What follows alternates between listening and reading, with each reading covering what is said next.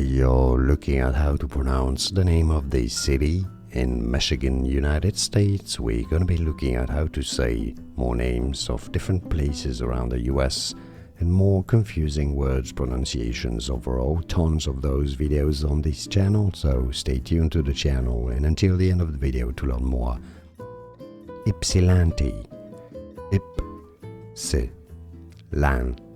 So the stress is on the third syllable, on the land syllable. Ypsilanti. Sometimes it's also said in the US Ypsilanti or Ypsilanti.